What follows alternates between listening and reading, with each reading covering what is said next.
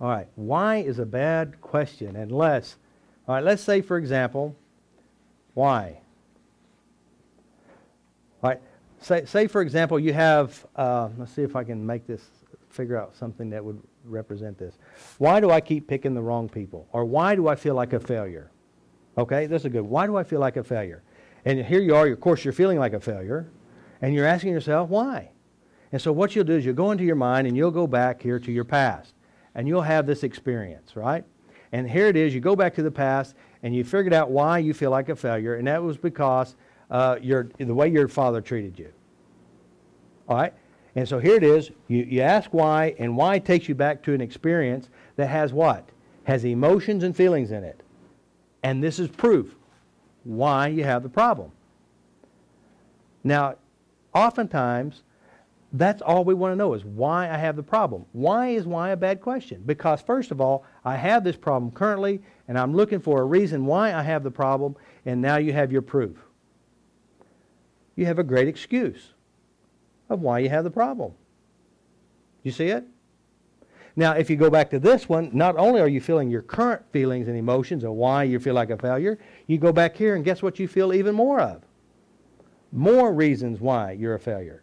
And so what you're doing is you're creating a great resource of having why. So then you go back to here and you say, well, why do I feel like a failure here? And then guess what your mind will do? It'll go to another experience and another experience. And for some people, they may go to a psychic or to a hypnotist, and they'll put them in trance, and they'll go back when they was a Trojan warrior or something. And I'm making this up, guys. But they'll go back here and they figure out why there was a failure as a Trojan warrior. And guess what they still feel all the way through? I'm a failure. It doesn't change why you have the problem. Do you understand what I'm saying? This gives you why will only take you into the problem. It doesn't solve problems. It gives you a good excuse. Now you can fall in love with the problem and say, hey, I'm just a failure. Change your name tag, failure, right here. And then that way you feel comfortable within your failures. It's a great way to fall in love with your problems. Now somebody else, instead of a Trojan warrior, they may have this idea that the reason why I'm a failure is because I chose this lifetime and I chose this lesson to learn. And I've had many people say, well, okay, this is your lesson. How many times it happened? She started counting. 17 times. I said, well, are you a slow learner? I mean, seriously, one time is maybe okay, but 2 times is a little bit too much, and 17 is way overkill. Obviously, we fell in love with this problem. Now, of course, another system is, well, you're born with this original pain, this original sin. And the reason why you have this failure feeling is because you have the curse at birth. You're cursed at birth, and you can't get away with it. You're always going to have this original sin until you die. Again, what does each one of these? What does each one of these do to you? It helps you fall in love with your problem. It supports the reason why. Justification for sure. I'm a failure. Make sense? You want to know why you have problems, guys? I'll save that one for just a second. So here you have this problem. What if you ask totally different questions? Where can I go to solve this problem? What can I do differently?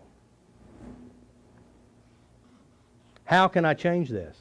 You notice when you do these questions, you don't go back to the junk, do you? It takes you away. Why? Why do I have this problem? It takes you into it. What can I do differently? Where can I go? How can I change it? You notice it never takes you back into the stuff. You hear that? I'm sorry. It's okay. Let's say, how can I change this? Where can I go? What can I do differently? Who do I need to see? You notice it always takes you out and away? All right. I'm going to save you a lot of time. Now, you know why you have problems? I'm going to save you a lot of time, guys, a lot of effort. You were born. That's why you have problems. It'll save you years of therapy. I mean, seriously. It'll save you years of therapy. You were born. And from that moment on, you became a learning machine and you developed this great ability to have problems. That's why. All right? Now here's how you have a problem. P-R-O-B-L-E-M, right?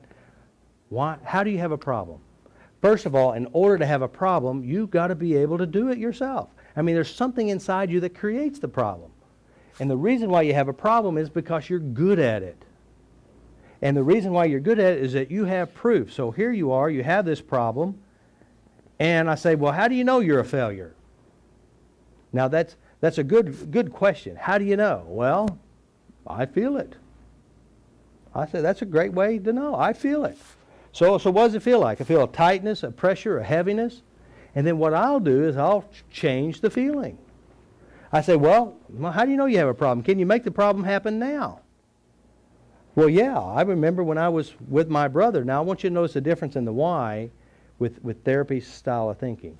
Now, I ask why. I say, why do you think you feel like a failure? Well, my dad. All right, my dad. I said, do you have this memory? Go back to the memory and feel it. How strong is it? It's a 10. And so what I'll do is I'll start changing this memory to where it doesn't bother you. You can't have the problem with this memory anymore. I said, can you create the problem again? Yeah, go back over here and you create the problem. All of a sudden, we start to destroy all the reasons and how he could have a problem. Guess what? It's hard to have that problem. Because in order to have a problem, I believe and I know for a fact, you just got to be good at it. That's it. You just got to be good at it. You've got to be able to want to produce it. How do you produce it? You think.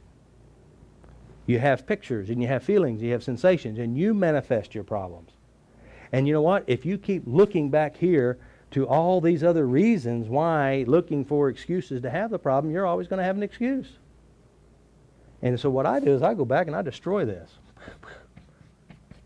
The lady who had 17 experiences with this lesson she came in to learn, I said, today's the day to end it. And we just tapped that sucker away. The person who had a past life experience, and the amazing thing is, and I just say, I don't know. Believe what you want to believe. Whatever you believe is true for you. But the lady came in with this past life experience. And the amazing thing is, when I use the tapping, that past life experience changes. Well, here's something even more amazing. Let's say Dan comes up here, and he's talking about an experience that happened to him when he was 7 years old. And this is a real life, current life experience, which is past life. He's no longer 7 years old, right? And so he comes up and we start tapping. Guess what happens to his past life experience in this lifetime? It changes too. So what is real? Let me tell you what's real. You can hear my voice right now. You can feel the chair underneath you. You can hear the sounds in this room. Right now is real. Everything is right now. Now you have this great ability to go back to your past. You have this great ability to produce any feeling inside you. Right now is real. The reason why you know how to drive your car is because somewhere in your life, as a young person, you sat behind the wheel for the very first time. And believe me, I would be scared sitting next to you too.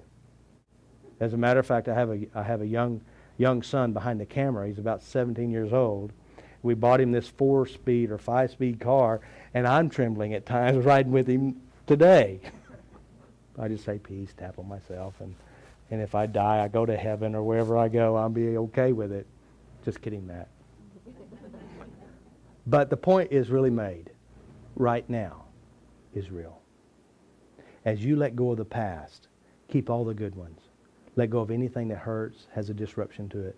And as you do, it'll be easy to feel good for no reason whatsoever.